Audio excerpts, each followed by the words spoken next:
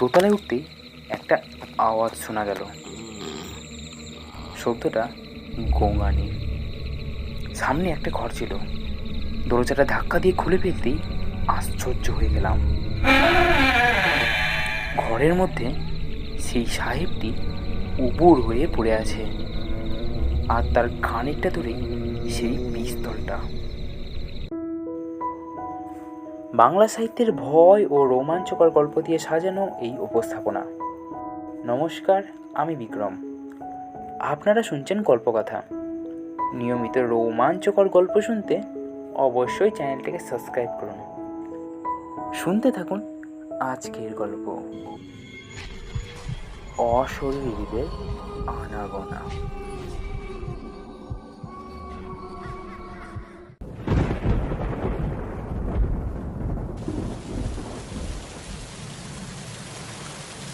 সন্ধে পেরিয়েছে অনেকক্ষণ। বাইরে বৃষ্টি হচ্ছে ঝমঝম করে। ক্লাব ঘরের মধ্যে একটা মোমবাতি জ্বলছে, আর সেটাকে ঘিরেই তিন বন্ধু মিলে চা খেতে খেতে সন্ধ্যাবেলার ছোট আড্ডাটা বেশ জমে উঠেছে। খেলার গল্প, সিনেমার গল্প, সব শেষে ভূতের গল্প। এই ভূত বিষয়ে আমার বরাবরই আগ্রহ একটু বেশি, সেই ছোটবেলা থেকেই। ভূত সম্পর্কে কোনো কথা হলে সেখানে কেউ থাকুক বা না থাকুক, আমি উপস্থিত থাকতাম সবসময়। এমনকি আমার দূর সম্পর্কের এক সন্ন্যাসী জেঠুর সঙ্গে একবার ব্রহ্মতলা শ্মশানে রাত কাটিয়ে এসেছিলাম। তখন ক্লাস 7-এ পড়তাম। সে নিয়ে বাড়িতে এক হুলুস্থুলুস কাণ্ডও বেঁধে গিয়েছিল। বাইরের দিকে তাকানোর উপায় ছিল না, কারণ বাইরেটা খুব অন্ধকার। তাছাড়া একটানা অনেকক্ষণ ধরে বৃষ্টি হচ্ছে। এমন সময় হঠাৎ দরজা খুলে গিয়ে ঘরের মধ্যে এসে ঢুকলো একটা লোক। সারা গা থেকে তার জল ঝরছে। খানিকক্ষণের জন্য স্তম্ভিত হয়ে ভাবলাম, যেন ভূতের গল্পেরই কোনো এক চরিত্র বাইরের অন্ধকার ভেদ করে আমাদের সামনে আত্মপ্রকাশ করেছে। লোকটিকে ভালো করে লক্ষ্য করে বুঝতে পারলাম আগন্তুক এখানকার কেউ নন। খানিকটা বিদেশি সাহেবদের মতো দেখতে। সাহেবটি ঘরের মধ্যে প্রবেশ করে কয়েকবার এদিক ওদিক দেখে নিয়ে বলে উঠল, এখানে হন্ডেড হাউস কোথায় পাবো? আমাদের মধ্যে থেকে শৈলেন বলে উঠল, এখান থেকে মাইল দিনে গেলেই জঙ্গলের মধ্যে একটা অনেক দিনের পুরনো বাড়ি দেখতে পাবেন। ওখানে এখন কেউ আর থাকে না। ওখানে গেলেই আপনি ভূতেদের দেখা পেতে পারেন। কেন, সেখানে যেতে চান নাকি? শৈলেনের কথা শেষ হতে না হতেই সাহেবটা অদ্ভুতভাবে হেসে উঠল। তারপর দুই দিক দেখে নিয়ে নিজের কোমরে গুজে রাখা পিস্তলটা বাইরে বের করে হাতে ধরল। সাহেবটির অমন কীর্তি দেখে রমেশ বলল, তা আপনি কি একা যেতে পারবেন? প্রত্যুত্তরে সাহেবটি আবার হেসে উঠল। কিছু না বলেই পকেটের ভেতর থেকে একটা বড় টর্চ বাইরে বের করে অন্ধকারের মধ্যে আলোর বুলেট ছুড়ে দিল। সত্যি জোরালো টর্চটা। সেটা সোজা এক গাছের ওপর পড়তেই গাছ থেকে কয়েকটা বাঁদর ও পেঁচা কর্কশ ডাক করে উড়ে গেল কোথায়। তারপর সাহেবটা যেমন এসেছিল তেমনই আকস্মিকভাবে বেরিয়ে গেল ঘর থেকে। বহু দূর পর্যন্ত তার টর্চের আলো জ্বলতে ও নিভতে দেখা গেল। বাইরের বৃষ্টিটা তখন একটু ধরে এসেছে। আমাদের তিনজনের মধ্যে বাড়ি ফেরবার তারা তেমন কারোরই ছিল না। আরও কিছুক্ষণ বসে থাকার পর বাইরের কালো অন্ধকারের দিকে তাকাতেই সাহেবের জন্য মনটা ব্যাকুল হয়ে উঠল। মনে হলো মানুষটার খেয়ালের ঝোঁকে বিপদের দিকে ঠেলে দেওয়া হলো না তো। আমাদের তিনজনের কাছেই ছাতা ছিল, তাই নিয়ে বেরিয়ে পড়লাম। নিঃশব্দে অন্ধকারের মধ্যে দিয়ে তিন বন্ধু মিলে চলতে লাগলাম। কিছুক্ষণ হাঁটার পর এসে দাঁড়ালাম সেই জায়গায়। অনেক দিন এই অঞ্চলে আসা হয়নি।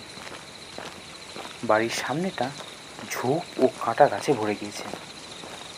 ভেতরে ঢুকবার পথ প্রায় নেই বললেই চলে। অনেকক্ষণ সেখানে দাঁড়িয়ে থাকার পরেও ভেতরে ঢুকবার আশা ত্যাগ করতে হলো।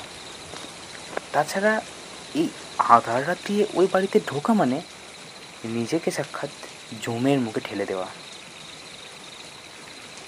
ভূতের থেকে সাপের ভয় বেশি।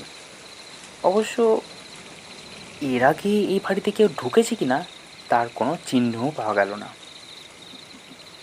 তাই সেখানে বেশিক্ষণ দাঁড়িয়ে না থেকে ফেরার পথে দারোয়ানকে এই ব্যাপারে সব জানিয়ে এলাম। সেদিন রাত্রে বাড়ি ফিরে যেতে কারোরই ইচ্ছা হলো না, তাই বাড়ি থেকে খাওয়া দাওয়া সেরে এসে ক্লাবেই থাকলাম সকলে। আচমকা দরজায় ডাকার শব্দ শুনতে পেলাম। ঘড়িতে তখন রাত 2:45। উঠে গিয়ে দরজা খুলতেই হন্তদন্ত হয়ে দারোয়ান বলল, ওই বাড়ি থেকে বিচ্ছিরি কয়েকবার হাসি শব্দ শোনা যাচ্ছে, আপনারা চলুন তাড়াতাড়ি। তিনজনে মিলে চললাম দারোয়ানের সঙ্গে। কিছুক্ষণ পর বাড়ির সামনে এসে উপস্থিত হলাম। দারোয়ান লাঠি দিয়ে ঝোপ সরিয়ে ভেতরে ঢুকবার পথ করে দিল।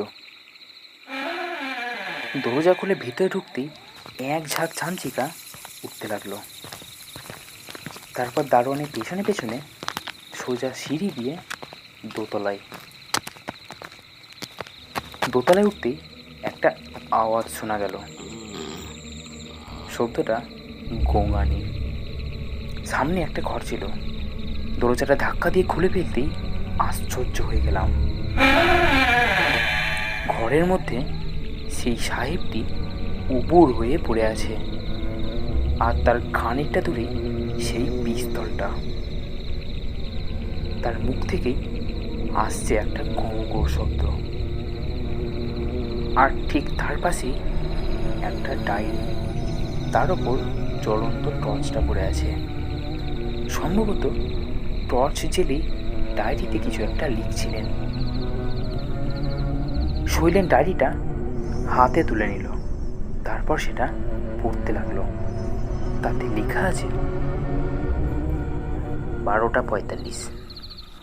খুব কষ্ট করে বাড়ির মধ্যে ঢুকতে পেরেছি। ভেতরটা চামচিকা রাস্তা না, তবে ভয়ের কোনো কারণ নেই। ঠিক করেছি আজ রাতটা এই বাড়িতেই কাটাবো। বৃষ্টির রাত, বাড়ির ভেতরটাও বেশ ঠান্ডা, তাই ঘরের জানালাগুলো বন্ধ করে দিলাম। 1:15। ঘুমিয়ে পড়েছিলাম। হঠাৎ একটা শব্দে ঘুমটা ভেঙে গেল। চোখ মেলে তাকাতেই দেখলাম ঘরের জানালাগুলো নিচে থেকেই খুলে গেছে। উঠে আবার জানালাগুলো বন্ধ করে দিলাম। 1:35। হঠাৎ একটা পৈশাচিক হাসির শব্দ। জানালাগুলো আবার খুলে গেল নিচে থেকে। মৃদু একটা কান্নার শব্দও শোনা যাচ্ছে পাশের ঘর থেকে। সত্যিই এবার অবাক হয়ে গেলাম, খানিকটা ভয়ও পেলাম। 1:50। এবার আর কান্নার শব্দ না, একটা হাসি শব্দ শুনে দরজার দিকে তাকাতেই একেবারে শরীর ঠান্ডা হয়ে গেল। তাকিয়ে দেখি দরজার অন্ধকার ভেদ করে একটা কঙ্কাল দেহ এক পা করে এগিয়ে আসছে আমার দিকে। গোটা গা তার একটা কালো চাদরে ঢাকা, চোখগুলো যেন ঠিকরে বেরিয়ে আসছে। হাতে একখানা জ্বলন্ত মোমবাতি। কি করব কিছুই বুঝতে পারলাম না। কয়েকবার জোরে জোরে চিৎকার করতে চাইলাম, কিন্তু না, গলা থেকে বিন্দু মাত্র আওয়াজ বের হলো না। কোনো ক্রমে পকেট থেকে রিভলভারটা বার করে কঙ্কালটার উদ্দেশ্য করে চালিয়ে দিলাম। সঙ্গে সঙ্গে গোটা ঘরটা অন্ধকারে ছেয়ে গেল। তারপর টর্চটা অন করতে দেখি কঙ্কালটা আর ঘরের মধ্যে নেই। 2:10 আবারও সেই হাসির শব্দ। এবার তো ওজার দিক থেকে নয়, হাসিটা যেন ঘরের চারিদিক থেকে একসঙ্গে ভেসে আসছে। ব্যাস, ডায়েরিতে এত দূর পর্যন্তই লেখা। ততক্ষণে সাহেবকে বাইরে এনে চোখে মুখে জলের ছিটা দিতেই চোখ মেলে তাকালো। কিছুক্ষণ বাদে একটা বৃদ্ধ কোথা থেকে এসে দাঁড়ালো। হয়তো পাশেই কোথাও থাকে। বাকি কথাটা তার কাছ থেকেই জানতে পারলাম। এই বাড়ির পূর্বপুরুষরা একসময় খুব অত্যাচারী ছিল। অসহায় প্রজাদের এখানে এনে বাগানে জ্যান্ত পুঁতে দিত। তারপর থেকে অশরীরীদের আনাগোনা শুরু হয়েছে।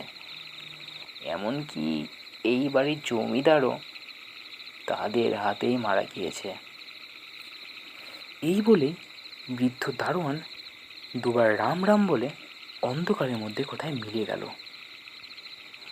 রাম রাম, রাম রাম।